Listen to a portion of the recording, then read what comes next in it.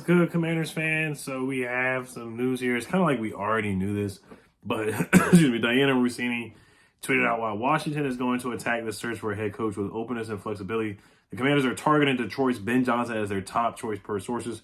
Carolina is also hoping to land Ben Johnson. Now, the big thing is Ben Johnson turned down the interview last year from Carolina, but it looks like he may accept the interview. And there was the report from, was it Josina Anderson, I think? She said that Ben Johnson is looking for $15 million per year. That's the biggest thing. It may come down to just money. But don't forget, Rick Spielman's brother is on staff with the Lions and is working with Ben Johnson as well. We have so many connections now. Like, I think a lot of the things, Josh Harris is a smart guy. And he certainly hired guys to get some connections. Bob Myers, the connection with Adam Peters. Rick Spielman, now the connection with Ben Johnson, where, you know, his brother and family works with Ben Johnson. So Josh Harris, he knows what he's doing, of course. You know, he's a smart guy, and I really think Ben Johnson is going to be the guy. John Kine predicted it. He got one right now with Adam Peters. Now we need the other domino to fall with Ben Johnson. As you guys know, Ben Johnson, Bobby Slowick, those guys are my first preferred head coaching candidates. Young guys, offensive-minded, innovative, have done well with quarterbacks. You look at Ben Johnson's resume. His resume is it's really good the last couple of years. I mean, you look at Jared Goff, where his career almost looked dead in the water, where Sean McVay wanted nothing to do with him, shipped him off to Detroit, basically football Siberia, where nothing ever works out in Detroit. I can't talk trash because nothing really works out here in Washington, but Detroit is always, just like us, they're looked at as one of the worst franchises in football. You know, they're known for Barry Sanders retiring on them, so they're just not known for success, and, you know, Calvin Johnson retiring on them, so they're not known for having success at all. And like I said, I can't talk trash much either, but they look like a legitimate franchise that is on the uprise, and a big part of that is Ben Johnson, that offense. Amon-Ra St. Brown, scheming him open, targeting him, something that we beg Eric Bieniemy to do with our offense, with Terry McLaurin, with our stars and our best players. They force feed the ball to Amon-Ra St. Brown. There's games where Amon-Ra St. Brown has double-digit receptions, and that's what Terry McLaurin should be getting easily every other game. Sam Laporta, a young tight end. We've been begging them to draft and develop a tight end. I don't know what they're doing with Cole Turner here. And then we got Logan Thomas, who's just getting older and older. Sam Laporta, Josh Reynolds, David Montgomery has had a career resurgence since he's left the Bears. Jahmyr Gibbs, a young stud rookie running back. Jamison Williams, who, when he's available, he makes plays. I mean, he schemes guys open, gets guys open. Look at their offense and just look at the raw numbers from this past season for Ben Johnson. Fifth in rushing yards per game. David Montgomery has a bunch of rushing yards. Jahmyr Gibbs has a bunch of rushing yards. Team yards per game, third in the NFL. Team passing yards per game, second in the NFL. These guys move the ball up and down the field, and they get the ball to their playmakers. They spread the wealth.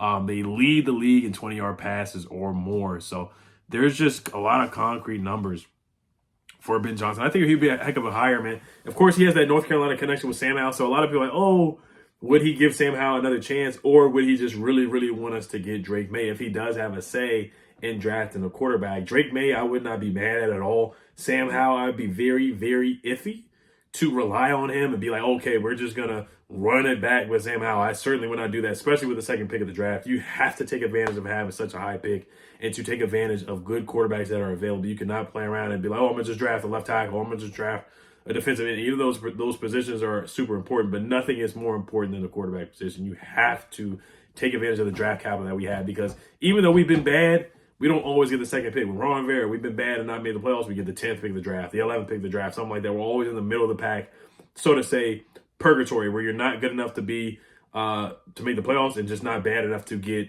a top 5 pick. And that's kind of where we've been at with Ron Rivera. This year, we've been really awful, and we have an opportunity to get a franchise change in quarterback at pick 2. But looking at it, more of his resume, like I said, the Carolina connection, he could draft Drake May and then keep Sam Howell as a backup quarterback. They could do it that way. Now, he was the coach. He was the quarterback's coach at the Senior Bowl. You hear him mic'd up, kind of joking around with Sam Howell and whatnot. You hear how energetic he can be. You look at his face. He's just a serious, no-nonsense kind of guy. But a young guy, age 37, and I just love it. I love it. That's what I want. Young, innovative, young, offensive-minded coach. This is what the NFL is turning into. This is what it's changed to, is an offensive league. You're going to see it in the playoffs today. You're going to see it in the playoffs today and tomorrow in the games that don't have a bunch of snow in it. And I'm going to be paying attention to that Lions versus Rams game at 8 o'clock. I can't wait to watch that game. That's going to be a fun, high-octane offense in a dome where both quarterbacks play well inside, indoors, of course, Matt Stafford and Jared Goff. I cannot wait to watch that game. Also, another stat, too, Jamal Williams. He had 17 touchdowns last year with the Lions, and this year that has vastly gone down, of course, being the backup to Alvin Kamara. But Jamal Williams last year had 17 touchdowns. And that just shows how he gets the best out of players. Even when TJ Hawkinson was with the Lions, Ben Johnson did a good job with him. Ben Johnson, he was a tight ends coach in 2020 to 2021 with the Lions, offensive quality control, passing game coordinator in 2021. And then in 2022, he became the offensive coordinator, was a tight ends coach with the Dolphins, assistant wide receivers coach with the Dolphins as well, tight ends coach with Boston College as well. So you see the trend there that he gets the best out of the tight end position, Sam Laporta, TJ Hawkins. And so he has a decorated resume, man, for sure. So I just like reading his resume because he just has so much good stuff on there. Promoted offensive coordinator in 2022 as well. You just look at some of the names and players that he's been with. Frank Ragnow made the Pro Bowl, the center. Penei Sewell, Jared Goff, Amon-Ra St. Brown. Jamal Williams reached career milestones with Detroit's offense last year. The Lions running back led the NFL rushing touchdowns among a team's running back corps in 2022. There's just so many good things. TJ Hawkinson made it to his first career Pro Bowl after posting 67 catches, 723 yards, and 6 touchdowns. He was also promoted to the Dolphins wide receiver coach in 2018 before he went to the Lions, where he helped wide receiver Albert Wilson average the second most yards after catch. Jarvis Landry, he coached up Jarvis Landry to make a Pro Bowl. He had 94 catches, and then also he had Tannehill finished with 4,000 passing yards, joining Dan Marino as the only quarterback in Dolphins history to surpass 4,000 yards. So everywhere Ben Johnson has been, he's seen success, man. He's seen success, and he's improved guys, and he's helped revitalize guys' careers. So it's really between him and Bobby Slowick, but just seeing that they're legitimately targeting him. And I want to say that you can't interview guys until January 16th. You can't do a virtual interview with head coaches until January 16th. The guys that are in the playoffs, if I'm not mistaken. Actually, no, I don't think that's true because they did interview the Ravens defensive line coach. So I don't know how true that is, but I saw somebody put that out there. But yeah, this is a home run hire, man. To get Adam Peters and then get Ben Johnson, that's a heck of a resume. Now, the only thing I would say about Adam Peters, and then I see a lot of people providing, kind of critiquing Adam Peters and critiquing him, is some of the draft picks. And I talked about that yesterday. And not all of it's his fault, like drafting Trey Lance. A lot of people say that was on Kyle Shanahan. He really wanted to trade up for Trey Lance. Reuben Foster didn't work out. He came to the Commanders. Javon Kinlaw hasn't really worked up to what they wanted him to be. Dante Pettis hasn't really worked out. But some of the later round picks certainly have worked out. And a lot of the trades have really worked out. Trading for Trent Williams, trading for Christian McCaffrey, trading for Chase Young. That's still to be determined. But yeah, there's some bad and there's some good.